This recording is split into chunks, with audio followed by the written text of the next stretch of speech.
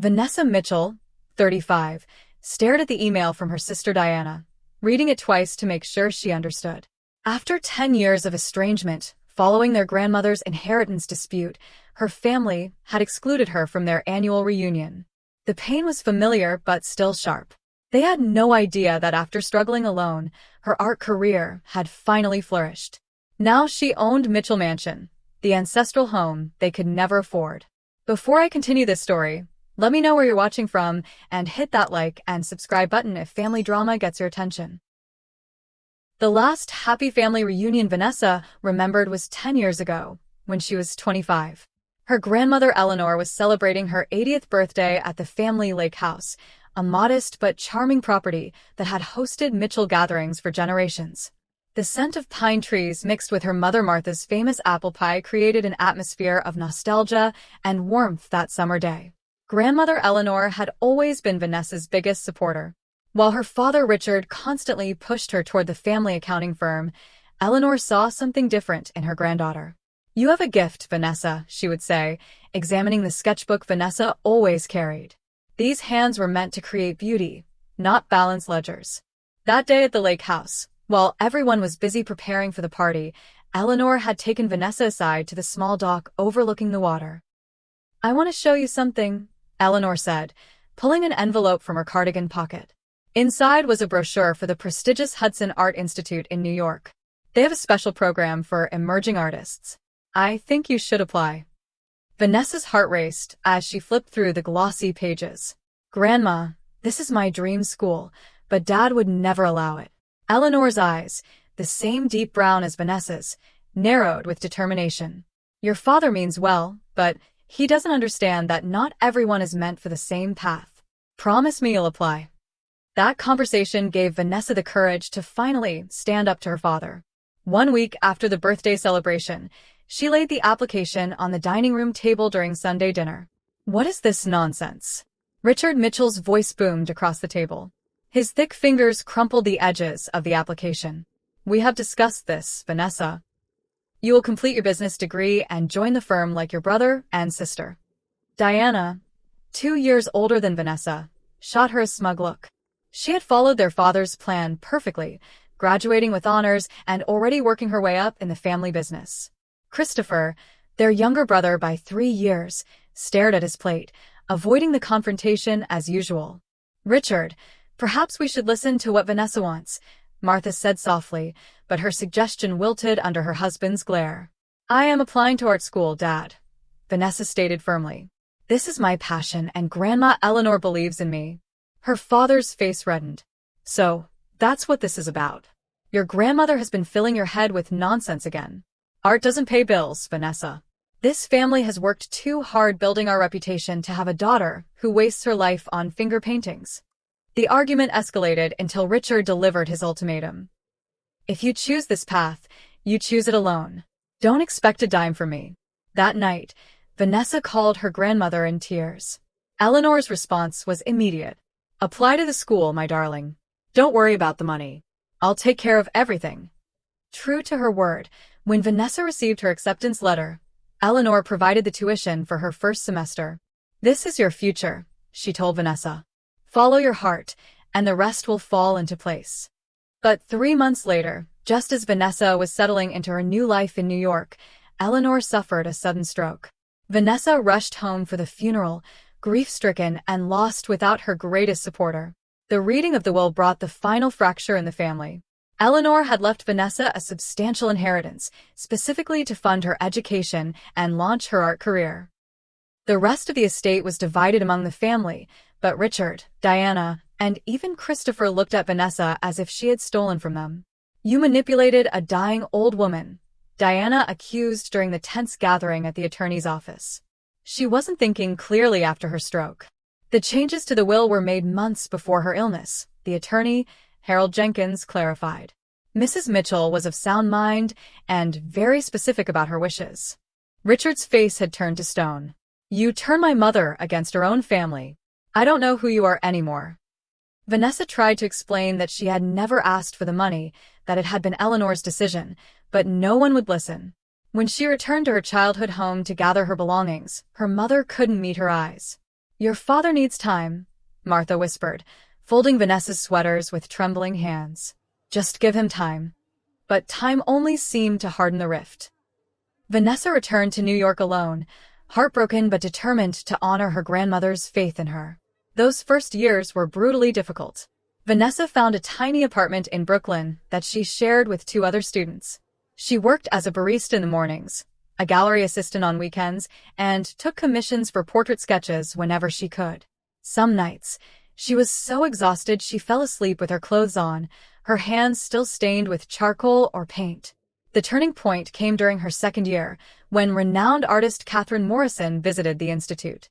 Catherine paused longest in front of Vanessa's work, a series of fragmented family scenes that seemed to break and reassemble across the canvas. You understand pain, Catherine said, her eyes never leaving the paintings. And more importantly, you understand how to transform it. Under Catherine's mentorship, Vanessa began to find her voice as an artist. Her work, deeply personal yet universally resonant, gradually attracted attention in small galleries around the city. By the time she graduated, Vanessa had secured representation with a respected gallery in Chelsea. Over the next 7 years, Vanessa built her career painting by painting, exhibition by exhibition. She created works that explored themes of family, belonging, rejection, and redemption. Critics noted the emotional depth in her pieces, the way she captured the complexity of human relationships with both brutality and tenderness. Last year, her collection titled Family Fragments sold out at a major gallery opening. The New York Times Review called her a powerful new voice examining the mythology of American family life. Overnight, Vanessa Mitchell became not just financially successful, but critically acclaimed. When she learned that the historic Mitchell mansion in her hometown was for sale, Vanessa recognized the irony immediately. The grand old house had belonged to a distant branch of the family generations ago, before financial troubles forced them to sell. Her father had often driven past it during her childhood, telling stories about their illustrious ancestors who had once lived there. One day, when the firm grows enough, perhaps we'll bring it back into the family, he would say, though everyone knew it was just a dream. Now, with the proceeds from her last exhibition, Vanessa could make that dream reality, though not in the way her father had imagined. The purchase gave her a strange sense of coming full circle, of honoring both her ancestry and her grandmother's faith in her. After settling into the mansion, Vanessa found herself thinking about her family more and more. 10 years had passed, and though the annual family reunion had continued without her, she wondered if perhaps enough time had healed the wounds. Using her new address on the elegant stationery she had commissioned for the house, Vanessa sent invitations to her parents, Diana, Christopher, and several aunts, uncles, and cousins. Please join me for a special gathering at Mitchell Mansion, she wrote. I would be honored to host this year's family reunion and reconnect after too much time apart. As she dropped the invitations in the mail, Vanessa felt a flutter of hope. Perhaps now, with the evidence of her success surrounding them, her family would finally understand that her path, though different, had been the right one for her. Perhaps now they could rebuild what had been broken. 2 weeks passed with no responses to her invitations. Vanessa checked her mailbox daily, hoping for at least one RSVP, even a rejection. The silence was worse than an outright no, leaving her in a limbo of uncertainty and rekindled hope. One evening, while scrolling through social media, Vanessa paused on a post from her cousin Jessica. The image showed a large group gathered on the deck of a lake house, drinks raised in a toast. She recognized the location immediately as Uncle Thomas's summer place, the alternate venue for family gatherings when her grandmother's house became too small. The caption read, Annual Mitchell Family Reunion. So blessed to have everyone together again. Everyone. The word stung as Vanessa zoomed in on the photo, identifying her parents, Diana with her husband, Christopher looking taller than she remembered, aunts, uncles, cousins, and even friends of the family she had grown up knowing. Everyone except her. She was still staring at the image when her phone pinged with an email notification from Diana. Vanessa's hands trembled slightly as she opened it. Vanessa, I saw that you sent invitations for a reunion at your new house. I should explain that we already had plans for our annual gathering at Uncle Thomas's place. To be honest, we thought it would be uncomfortable for everyone if you were included, given the history. Also, Buying Mitchell Mansion seems obviously like you're trying to show off your success or make some kind of point. We would appreciate it if you would respect our family traditions and privacy going forward. Diana. The email brought back the memory of her last day in the family home with painful clarity. Her father standing in the foyer, his face rigid with anger as she carried her suitcases down the stairs. "As far as I'm concerned, you are dead to me," he had said, his voice eerily calm. "You chose money over family loyalty. That's not what Mitchells do." Her mother had stood behind him, tears streaming down her face, but she said nothing to defend her daughter. Diana had passed by on her way to the kitchen, whispering, "How could you?" as if Vanessa had committed some unforgivable crime. Christopher had been the worst, though.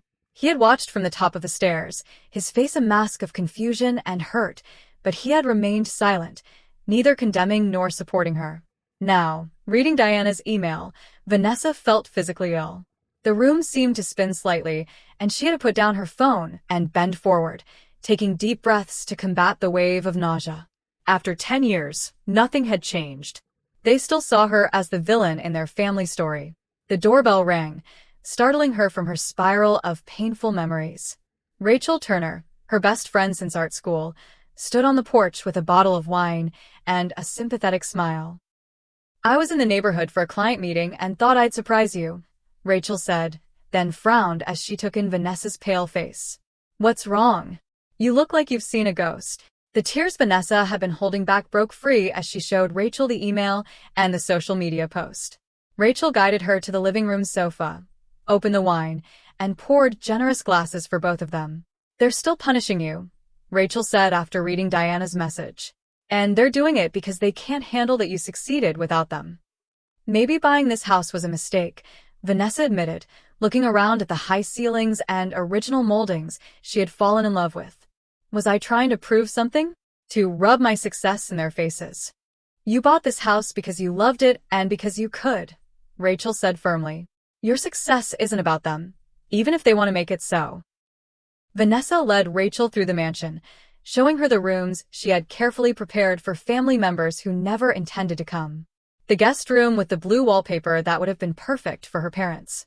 The smaller room with excellent natural light where Diana's teenage daughter could have stayed.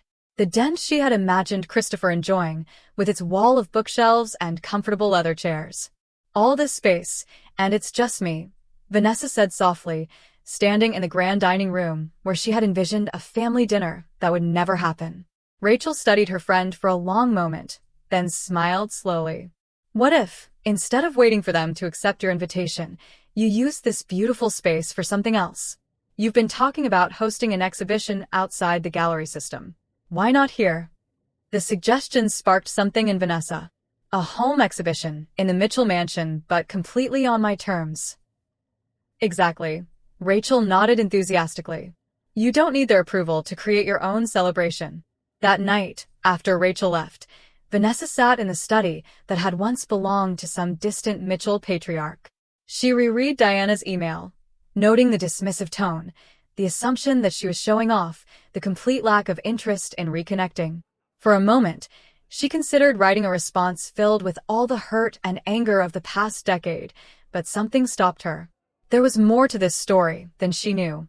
The bitterness in Diana's words, the collective decision to exclude her, the continued resentment over the inheritance, all suggested that the narrative her family believed was significantly different from reality.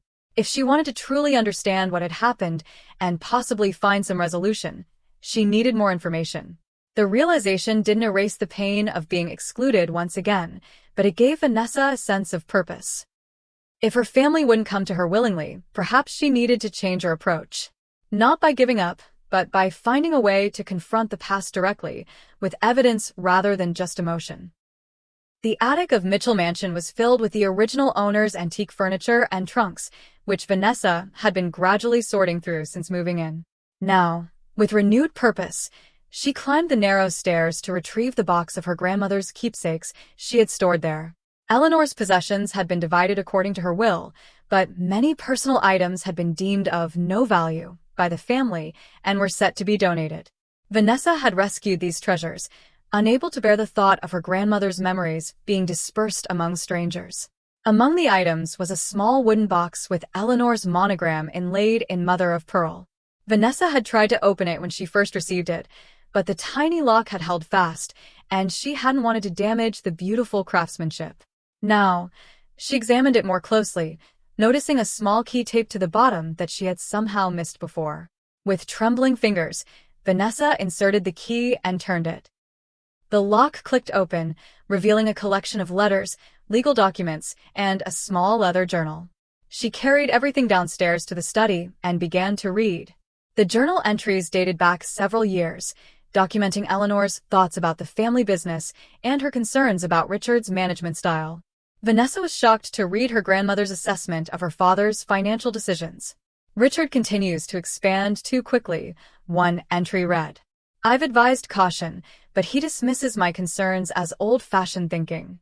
The Mitchell firm has survived for 3 generations by being conservative with investments, but Richard seems determined to make his mark with risky ventures. Another entry, dated just before Vanessa had announced her intention to attend art school, was even more revealing. Richard came to me today about changing my will. He wants everything to go to the business, claiming it's what William would have wanted. But my late husband knew the value of diversification better than anyone. I won't allow our entire legacy to be gambled on Richard's ambitious expansion plans. The most painful discovery was a letter Eleanor had written specifically addressing the changes to her will, apparently meant to be read after her death. To my dear family, I have made the decision to set aside a portion of my estate specifically for Vanessa's education and career in the arts. This is not a reflection of greater affection for her, but recognition of her unique path. Richard, Diana, and Christopher have the security of the family business, while Vanessa has chosen a more uncertain road that nonetheless honors the creative spirit that has always been part of the Mitchell legacy. My father was an architectural designer before the Depression forced him into more practical work, a dream deferred that I do not wish to see repeated in my granddaughter. Please respect that this decision was made with love for all of you and with clear mind and spirit.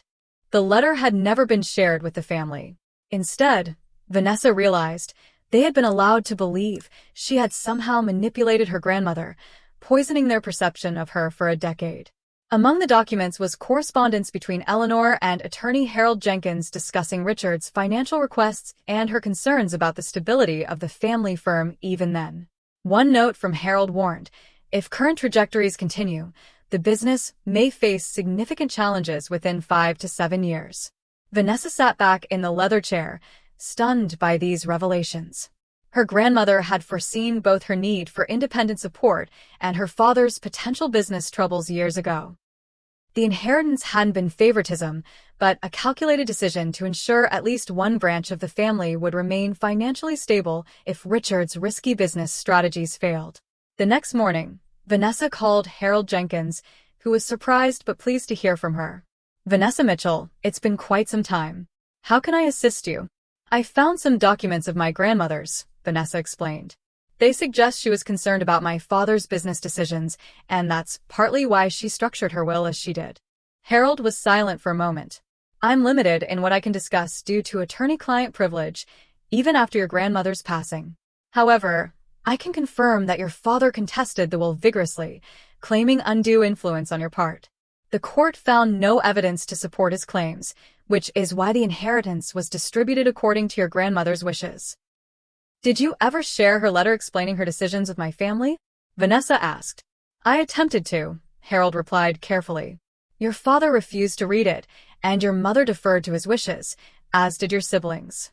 I have it on file, if you'd like a copy. After speaking with Harold, Vanessa spent the afternoon researching her family online. LinkedIn revealed that her father had left the Mitchell accounting firm 3 years ago, with no explanation for the career change. Diana's profile listed her as working for a different company entirely, a mid-sized accounting firm in a neighboring city. The family business was not mentioned anywhere. A quick search of real estate listings confirmed her growing suspicion. The Mitchell family home, where she had grown up, was on the market, listed as price reduced, suggesting it had been for sale for some time, without success. Christopher's social media, normally filled with positive updates about work and friends, had shifted in tone over the past year. His latest post read, "Sometimes a fresh start is the only way forward." letting go of the past to embrace new possibilities. As Vanessa pondered these discoveries, her email notification chimed. Diana again, but with a completely different tone from her previous message. Vanessa, I've been thinking about our family situation, and I believe it might be beneficial for us to meet and discuss some financial matters that affect all of us. Perhaps we could have coffee next week? Let me know if you're available. Diana. The transparency of the request was almost insulting. After a decade of silence and exclusion, now that the family appeared to be in financial trouble, Diana suddenly wanted to discuss financial matters. There was no apology, no acknowledgement of the hurt they had caused, just a thinly veiled attempt to access the wealth they had resented her for receiving. Vanessa forwarded the email to Catherine Morrison, her mentor, who had become a close friend over the years. Catherine's response was immediate and direct. Classic toxic family dynamics. They rejected you when you needed them, and now they want to benefit from your success without admitting they were wrong. Whatever you decide, protect yourself first. The pain of this realization cut deeper than the reunion exclusion. Her family saw her not as a person to reconnect with, but as a potential solution to their problems. They valued what she could give them, not who she was or what she had accomplished. That night, Vanessa sat alone in her grandmother's former bedroom, which she had converted into her home studio. The walls were lined with her paintings, a visual journey of her evolution as an artist. She studied them, seeing in each one elements of her struggle to understand her family's rejection and her own identity apart from them. A plan began to form in her mind. If her family wanted to approach her for financial reasons, she would meet them on her terms, with the full truth laid bare. No more hoping for a natural reconciliation, no more waiting for them to recognize her value. It was time to confront the past with all the evidence she now possessed, and force them to see not only her success, but the reality of what had truly happened 10 years ago. Over the next week, Vanessa transformed Mitchell Mansion into a strategic setting for family confrontation. She selected key pieces from her art collection and arranged them throughout the first floor, creating a visual timeline of her career achievements. In the grand foyer hung her first sold painting, a small but powerful piece that had earned her recognition at a student exhibition. The living room featured works from her breakthrough series that had established her reputation in the New York art scene. The dining room showcased her most recent pieces, the ones that had finally brought financial success and critical acclaim. In the study, Vanessa carefully arranged her grandmother's letters, journal entries, and legal documents on the antique desk. She made copies of everything, organizing them chronologically to tell the story her family had refused to hear 10 years ago. Instead of responding directly to Diana's email, Vanessa sent formal invitations to her parents, Diana and Christopher. The elegant cards read, "Your presence is requested at Mitchell Mansion to discuss an important family matter regarding grandmother Eleanor's estate. Dinner will be served." She included her phone number but not her email, forcing them to call if they wanted to decline. To her unsurprised satisfaction, all 4 family members RSVP'd within 24 hours, agreeing to attend. "They're coming for the money," Rachel observed when Vanessa told her about the plan. "Are you sure you're ready to face them all at once?" "I've been preparing for this moment for 10 years, Vanessa replied. "I just didn't know it." The day before the gathering, Catherine Morrison arrived to provide moral support and help Vanessa rehearse what she wanted to say. "Remember, you control this narrative now," Catherine advised as they walked through the arranged rooms. "They'll try to make you feel guilty, to diminish your success, to reassert the family hierarchy with your father at the top. Don't let them." The evening of the dinner, Rachel and Vanessa's boyfriend Daniel Matthews helped with final preparations. Daniel, a curator she had met through her gallery 2 years ago, understood the significance of this confrontation. "Just remember, no matter what happens with them, you have people who love you for exactly who you are," he said, squeezing her hand before departing to give her space for the family reunion. At precisely 7 o'clock, the doorbell rang. Vanessa took a deep breath, smoothed her simple but elegant black dress, and opened the door to face her past. Richard and Martha Mitchell stood on the porch, both looking noticeably older than Vanessa remembered. Her father's confident posture remained, but his hair had grayed completely, and deep lines bracketed his mouth. Her mother seemed smaller somehow, her shoulders slightly hunched, as if carrying an invisible weight. "Vanessa," her father said stiffly, offering no embrace. You wanted to discuss financial matters. Please come in, Vanessa replied, stepping aside. Diana and Christopher haven't arrived yet. Her mother moved forward hesitantly, looking around the grand entrance hall with wide eyes. The house is beautiful, she offered quietly. You've done well for yourself. Before Vanessa could respond, Diana's car pulled into the circular driveway. She emerged with her husband Michael, whom Vanessa had only met once, briefly, before the estrangement. Christopher arrived moments later, alone, and looking uncomfortable in a suit that seemed slightly too large for his frame. Vanessa led everyone to the living room, where she had arranged for pre-dinner drinks.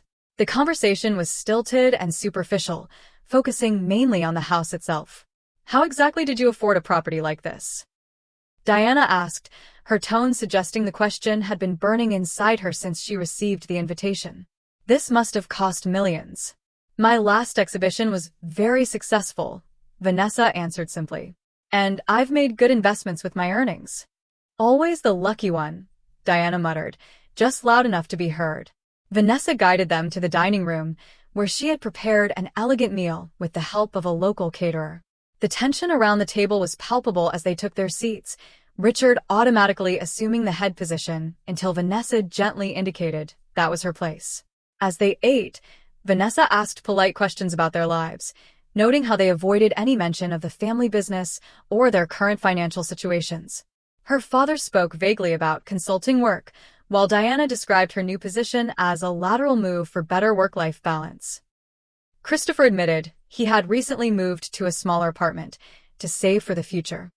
When the dessert plates were cleared, Vanessa stood and addressed her family directly for the first time. I imagine you're wondering why I invited you here tonight, she began. Diana's email suggested you wanted to discuss financial matters, but before we get to that, I think we need to address what happened 10 years ago. That's ancient history, her father interrupted. There's no need to rehash old grievances. Actually there is, Vanessa said firmly. Because I recently discovered that what you believe happened isn't what actually occurred. She led them to the study, where her grandmother's documents were displayed. After you excluded me from the family reunion, I found these among grandmother's possessions. One by one, she handed them copies of Eleanor's journal entries, the correspondence with Harold Jenkins, and finally, the letter explaining her decision regarding the inheritance. Grandmother changed her will not because I manipulated her, but because she was concerned about the risks Dad was taking with the family business, Vanessa explained. She wanted to ensure that at least one member of the family would have financial security if those risks didn't pay off. Richard's face flushed with anger. This is absurd. My mother would never have questioned my business decisions. She knew nothing about modern accounting practices. Yet she predicted exactly what would happen, Vanessa countered, handing him the letter from Harold warning about the 5 to 7 year timeline for potential business failure. The Mitchell firm collapsed 8 years after she died, didn't it, Dad? The color drained from Richard's face as he stared at the letter. Martha began to cry quietly, while Diana and Christopher exchanged shocked glances. You lost the business, Vanessa continued, her voice steady despite the emotion churning inside her. You had to sell the family home. You're all working for other companies now. Everything grandmother feared would happen did happen. You have no right, Richard began, but his voice lacked its usual authority. I have every right, Vanessa cut in. You accused me of manipulating her. You told me I was dead to you. You excluded me from the family for 10 years because of a narrative that wasn't even true. Diana stood up, her hands shaking slightly. Is this real? She asked, holding up Eleanor's letter. Did Grandma really write this? Harold Jenkins still has the original on file, Vanessa confirmed. He tried to share it with you after the will reading, but Dad refused to look at it.